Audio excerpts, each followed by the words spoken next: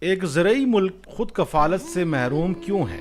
پاکستان ایک زرعی ملک ہے۔ ایک وقت تھا کہ پاکستان کاٹن، گندم، چاول اور پھلوں کی برآمدات میں اہم ملک تصور کیا جاتا تھا۔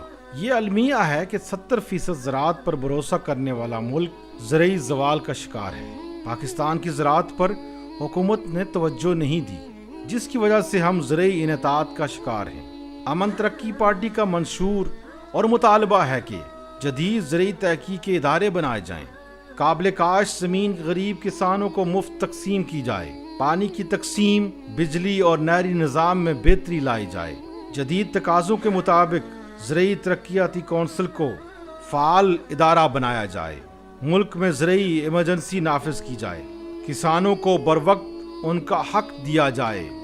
صرف اسی صورت میں ہم زراعت کو ترقی کا ذریعہ بنا سکتے ہیں۔ ہمارا خواب